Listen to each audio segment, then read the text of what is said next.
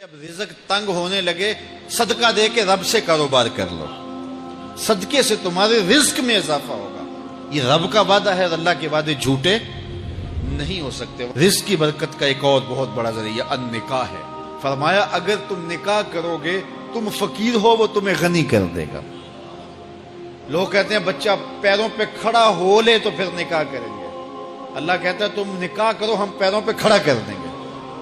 ہمارا فلسفہ اپنا ہے، اس کا حکم اپنا ہے۔ وہ کہتا ہے ابھی تو یہ اپنے لیے نہیں کماتا تو جو آئے گی اس کو کہاں سے کھلائے گا؟ میاں جس نے آنا ہے اس نے اپنا رزق لے کے آنا ہے۔ تو بچوں کی شادیاں کرو، اگر وہ جوان ہو گئے رزق نصیب ہو۔ اپنے اہل خانہ کو نماز کے حکم دینے سے رزق بڑھتا ہے، کیونکہ جو صبح کا وقت ہوتا ہے یہ رزق کے بٹنے کا وقت ہوتا ہے، اور جس گھر میں صبح کے وقت لوگ سوئے ہوئے ہوتے ہیں وہاں بے برکتیاں ہوتی ہیں۔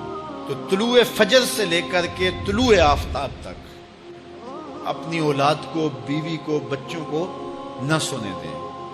اس وقت رزق بٹنے کے لمحے ہوتے ہیں۔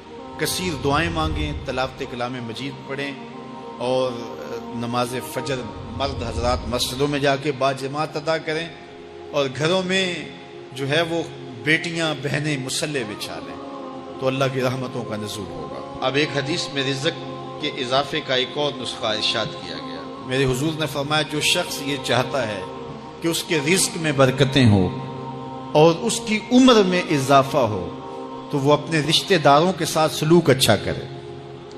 رشتہ داروں کے ساتھ اگر اچھا سلوک کرو گے تو پھر تمہارے رزق میں برکت ہو۔ غریب ہیں تو ان کی مدد کرو، ان کی بیٹیوں کی شادیاں اپنے ذمے لے لو اگر اللہ نے آپ کو وسعت دی ہے، ان کی پریشانیاں بانٹ لو، ان کا قرضہ ہے تو اتارنے کی کوشش کرو، ان کو مشکلات سے نکالنے کی کوشش کرو۔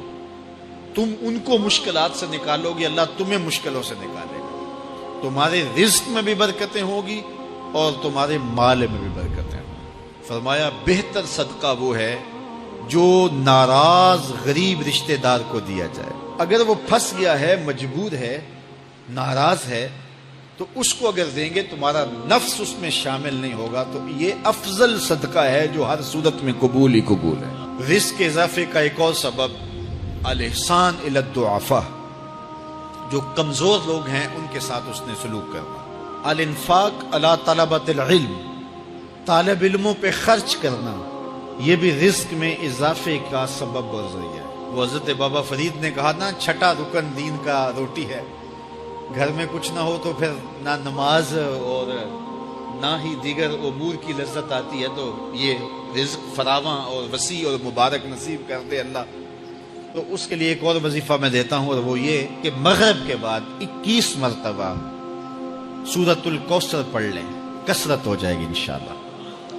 اول خدوشی پڑھ لیں، 5-7 منٹ لگتے ہوں گے، تو سورہ کوثر 21 مرتبہ روزانہ مغرب کی نماز کے بعد پڑھیں۔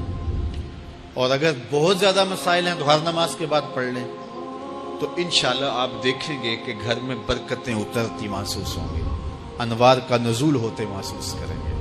تو یہ وہ رزق کے اسباب ہیں، اگر ہم اختیار کر لیں تو ہم اللہ کی خاص رحمتوں کے حقدار ہوں گے۔